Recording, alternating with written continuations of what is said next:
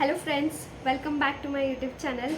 ಇವತ್ತಿನ ವಿಡಿಯೋ ಒಳಗೆ ನಾನು ಲೈವ್ ಆಗಿ ನೋಟ್ಸ್ನ ಯಾವ ಥರ ಮಾಡ್ಕೋಬೇಕು, ಶಾರ್ಟ್ ಆಗಿ ಒಂದು ಒಳ್ಳೆ ನೋಟ್ಸ್ನ ಯಾವ ಥರ ನಾವು ರೆಡಿ ಮಾಡ್ಕೋಬೇಕು ಅನ್ನೋದನ್ನ ಈ ಒಂದು ವಿಡಿಯೋ ಒಳಗೆ ಲೈವ್ ನಮಗೆ ತೋರಿಸ್ತೀನಿ.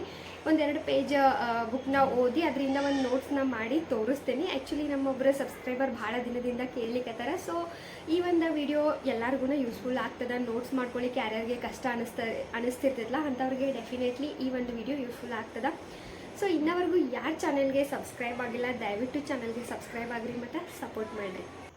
ಸೊ ಈಗ ನಾನು 8th ಸ್ಟ್ಯಾಂಡರ್ಡ್ದ ಹಿಸ್ಟ್ರಿ ಪಾರ್ಟ್ 1 ಬುಕ್ದೊಳಗಿನ ಒಂದು ಲೆಸನ್ ತೊಗೊಂಡು ಕಸ ಲೈವ್ ಒಂದು ನೋಟ್ಸ್ ಮಾಡೋದು ತೋರಿಸ್ತೀನಿ.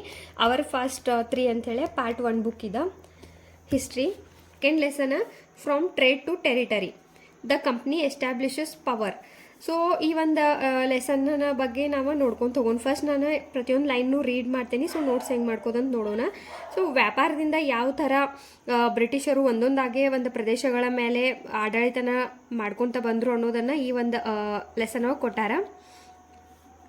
Aurangzeb was the last of the powerful Mughal rulers. He established control over a very large part of the territory that is now known as India. After his death in 1707, many Mughal governors and big zamindars began asserting their authority and establishing regional kingdoms. As powerful regional kingdoms emerged in various parts of India, Delhi could no longer function as an effective center. So ಈ ಒಂದು paragraph ಒಳಗೆ almost ಎಲ್ಲ ಒಂದು ಆಸ್ಪಿರೆನ್ಸಿಗೆ ಗೊತ್ತೇ ಇರ್ತೈತಿ. ಮುಘಲ ಒಂದು ಏನು ವಂಶ ಇತ್ತಲ್ಲ ಆ ಒಂದು ರಾಜವಂಶದ ಲಾಸ್ಟ್ ಪವರ್ಫುಲ್ ರಾಜ ಅಂತಂದ್ರೆ ಔರಂಗಜೇಬ ಆದ ನಂತರ ಬಂದಂಥ ರಾಜರು ಅಷ್ಟೊಂದು ಬಲಿಷ್ಠರಾಗಿರಲಿಲ್ಲ. ಸೊ ಹೀಗಾಗಿ ಈ ಪಾಯಿಂಟ್ ಅಷ್ಟು ಇಂಪಾರ್ಟೆಂಟ್ ಆಗಂಗಿಲ್ಲ. ಸ್ಟಿಲ್ ಬಿಗ್ನರ್ಸ್ ಇದ್ದವ್ರಷ್ಟೇ ಈ ಲೈನ್ ನೋಟ್ಸ್ ಮಾಡ್ಕೋಬೋದು. ಆ್ಯಂಡ್ ದೆನ್ ಅವರು ಒಂದು ಡೆತ್ ಆಗಿದ್ದು ಯಾವಾಗಂದ್ರೆ 1707. ಇದೆಲ್ಲರಿಗೂ ನೆನಪಿರ್ಬೇಕಾಗ್ತೈತಿ. ಬಿಕಾಸ್ ಮಾಡರ್ನ್ ಹಿಸ್ಟ್ರಿ ಯಾವಾಗ ಸ್ಟಾರ್ಟ್ ಆಗ್ತೈತೆ ಅಂದ್ರೆ 1707 ನಂತರ ಏನೈತಲ್ಲ ಅದು ಮಾಡರ್ನ್ ಹಿಸ್ಟ್ರಿ ಸ್ಟಾರ್ಟ್ ಆಗ್ತೈತಿ. ಹೀಗಾಗಿ ಈ ಪಾಯಿಂಟನ್ನು ಆಲ್ಮೋಸ್ಟ್ ಪ್ರಿಪ್ರೇಷನ್ ಮಾಡೋರಿಗೆ ಗೊತ್ತಿರ್ತದೆ. ಸ್ಟಿಲ್ ನಿಮಗೆ ಬಿಗ್ನರ್ಸ್ ಇದ್ರಿ ಅಂತಂದ್ರೆ ನೀವು ಈ ಒಂದು ಲೈನ್ನ ನೋಟ್ಸ್ ಮಾಡ್ಕೋಬೋದು. ಆ್ಯಕ್ಚುಲಿ ಇಲ್ಲೇ ನಾನು 1.5 ಪೇಜ್ ಓದೆ ಈ 6 ಪಾಯಿಂಟದ ನೋಟ್ಸ್ ಮಾಡ್ಕೊಂಡೇನಿ. ಇದನ್ನು ನಾನು ನಿಮಗೆ ಎಂಡಿಗೆ ತೋರಿಸ್ತೇನೆ. ಸೊ ಕ್ಲಿಯರ್ ಆಗ್ತೈತಿ ನಿಮಗೆ. ಸೊ ಇಲ್ಲಿ ನೆಕ್ಸ್ಟ್ ಏನಂತಂದರೆ ಯಾವಾಗ ಔರಂಗಜೇಬ್ ಅವ್ರದ್ದೊಂದು ಡೆತ್ ಆಗ್ತಿತ್ತಲ್ಲ ಆವಾಗ ಮುಘಲ್ ಒಂದಷ್ಟು ಗವರ್ನರ್ಸ್ ಆಗಿರ್ಬೋದು, ಸಣ್ಣ ಜಮೀನ್ದಾರ್ಸ ರಾಜರೆಲ್ಲರೂ ಏನು ಮಾಡೋಕ್ಕೆ ಸ್ಟಾರ್ಟ್ ಮಾಡ್ತಾರಂದ ತಮ್ಮದಾದಂಥ ಸ್ವತಂತ್ರ ರಾಜ್ಯಗಳನ್ನು ಆಳಾಕ ಸ್ಟಾರ್ಟ್ ಮಾಡಿಬಿಡ್ತಾರೆ. ಸೊ ದ್ಯಾಟ್ ಡೆಲ್ಲಿ ಔರಂಗಜೇಬನ ಒಂದು ಸಾವಿನ ನಂತರ ಒಂದು ಸೆಂಟ್ರಲ್ ಫೋರ್ಸ್ ಆಗಿ ಉಳಿಯಂಗಿಲ್ಲಲ್ಲಿ. ಇನ್ನು next by the second half of the 18th century, however, a new power was emerging on the political horizon, the British. Did you know that the British originally came as a small trading company and were reluctant to acquire territories? How then did they came to be masters of a vast empire? In this chapter you will see how this came about. So ಇಷ್ಟೆಲ್ಲ ಏನೊಂದು paragraph ಐತಲ್ಲ ಇದ್ರಾಗ ಭಾಳ ಏನೂ important ಇಲ್ಲ. Because ಎಲ್ಲರಿಗೂ ಗೊತ್ತಿದ್ದನ ಇರ್ತೈತಿ. Almost 18th century ಒಳಗೆ 18th ಸೆಂಚುರಿದ ಸೆಕೆಂಡ್ ಹಾಫ್ ಒಳಗೆ ಬ್ರಿಟಿಷರು ಭಾರತಕ್ಕೆ ಬರ್ತಾರೆ. ಸೊ ಇದೆಲ್ಲ ಇಂಪಾರ್ಟೆಂಟ್ ಅಲ್ಲ. ಹೀಗಾಗಿ ಈ ಏನು ಪ್ಯಾರಾಗ್ರಾಫ್ ಒಳಗೆ ಯಾವುದೇ ರೀತಿ ಪಾಯಿಂಟ್ಸ್ನ ಮಾಡ್ಕೊಳಕ್ಕೆ ಹೋಗ್ಬೇಡ್ರಿ. ಇಲ್ಲಿ ಮಾಡ್ಕೊಂಡ್ರೆ ಜಸ್ಟ್ ಒಂದೇ ಪಾಯಿಂಟ, ಅದು ಔರಂಗಜೇಬ ಲಾಸ್ಟ್ ಪವರ್ಫುಲ್ ರಾಜ ಆಗಿರ್ತಾನೆ ಮುಘಲ್ ಸಾಮ್ರಾಜ್ಯದ. ಆ್ಯಂಡ್ ಅವರ ಡೆತ್ ಆಗಿದ್ದು 1707. ಸೊ ಇಷ್ಟೆಲ್ಲಾನು ನೀವು ನೋಟ್ಸ್ ಮಾಡ್ಕೊತ ಆ್ಯಸ್ ಇಟ್ ಈಸ್ ಇಳಿಸಿರ ಭಾಳ ಆಗ್ತೈತಿ. ಆ್ಯಸ್ ಬುಕ್ಕನ್ನು ಕಾಪಿ ಮಾಡ್ದಂಗೆ ಆಗ್ತದೆ. ಹೀಗಾಗಿ 2 ಸೆಂಟೆನ್ಸ್ ಅಷ್ಟೇ ಇಲ್ಲಿಂದ ಮಾಡ್ಕೋಬೇಕು. ಆ್ಯಂಡ್ ಇಲ್ಲಿ ಒಂದು ರೆಲೆಕ್ಟೆಂಟ್ ಅಂತ ವರ್ಡ್ ಬಂದೈತಿ. ಅದರ ಅರ್ಥ ಅನ್ವಿಲ್ಲಿಂಗ್ಲಿ, ಡೌಟ್ಫುಲ್ಲಿ ಅಥವಾ ಇಷ್ಟವಿರಲಿಲ್ಲ ಕನ್ನಡ ಒಳಗೆ ಬಂದ್ರೆ. Next East India company comes East. So ಈ ಒಂದು ಪೂರಾ 2 ಪೇಜ್ ಒಳಗೂ ಅಷ್ಟೇ ಬರೀ 4 ಲೈನ್ ಒಳಗನ ಈ 2 ಪೇಜದೊಂದು ನೋಟ್ಸ್ ಮುಗೀತದ. ಹೆಂಗಂತ ನೋಡೋಣ. ಬಿಕಾಸ್ ನೋಟ್ಸ್ ಮಾಡ್ಕೊಳ್ಳೋದೊಂದು ಇಂಪಾರ್ಟೆನ್ಸ್ ಅದ ಪೂರ್ತಿ ಬುಕ್ ಅಲ್ಲ. ಜಸ್ಟ್ ಹೈಲೈಟೆಡ್ 4 ಪಾಯಿಂಟ್ಸ್ ಅಷ್ಟೇ ಮಾಡ್ಕೋಬೇಕು ಇಷ್ಟೇ 2 ಪೇಜಸ್ ಒಳಗೆ. So in 1600 the East India Company acquired a charter from the ruler of England, Queen Elizabeth I, granting it the sole right to trade with the East.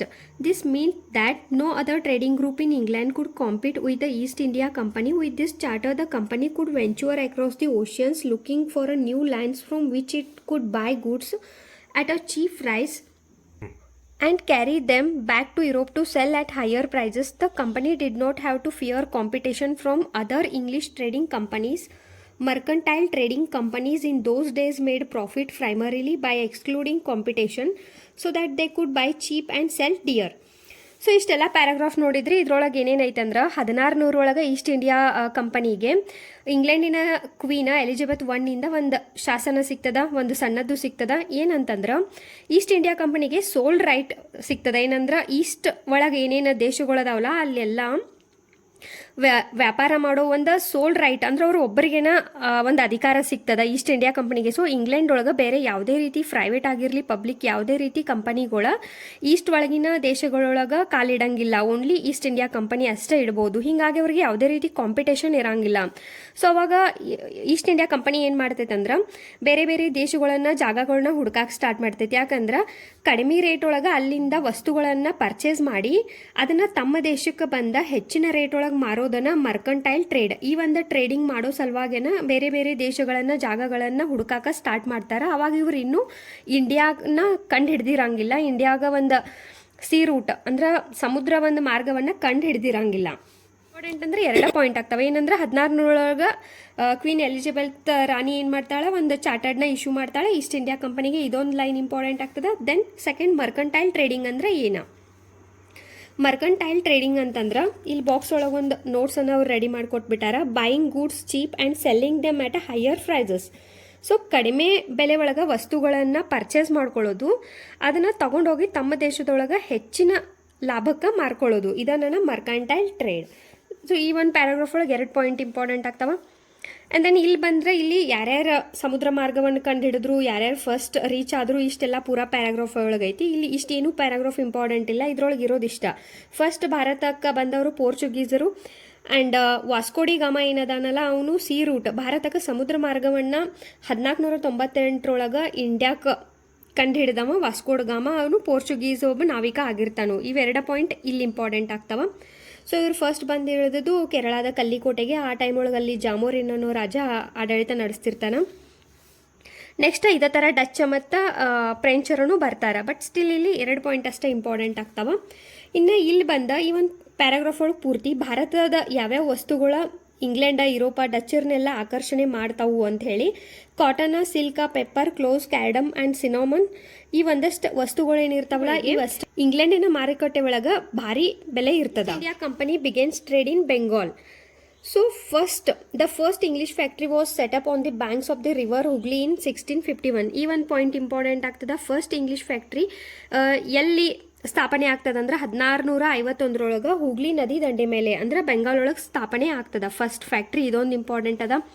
Then this was the base from which the company's traders known at that time as a factors operated. The factory had a warehouse where goods for export were stored, and it had offices where company officials sat. As the trade expanded, the company persuaded merchants and traders to come and settle near the factory. By 1696, it began building a port around the settlement. So ಏನು ಮಾಡ್ತದ, first ಫ್ಯಾಕ್ಟ್ರಿನ Hooghly ನದಿ ದಂಡೆ ಮೇಲೆ ಬೆಂಗಾಲ್ ಒಳಗೆ East India English factory ಸ್ಥಾಪನೆ ಆಗ್ತದ.